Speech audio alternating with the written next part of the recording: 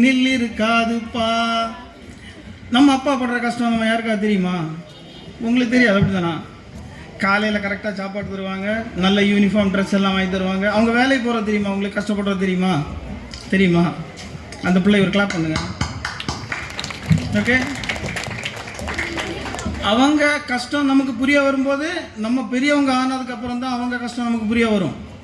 அந்த டைமில் நம்ம அப்பாவை தேடும்போது சிலப்போ அவங்க நம்ம கூட இருக்க மாட்டாங்க. அன்னை தந்தை இருவரையும் ஆயுள் முழுதும் போற்றிடுவோம். சொல்லுங்க, அன்னை தந்தை இருவரையும்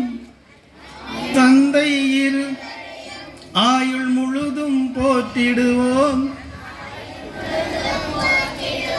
அண்ணன் நான் சொல்லும் கருத்துக்களை மற்றவர்க்கும் பகிர்ந்திடுங்கள்.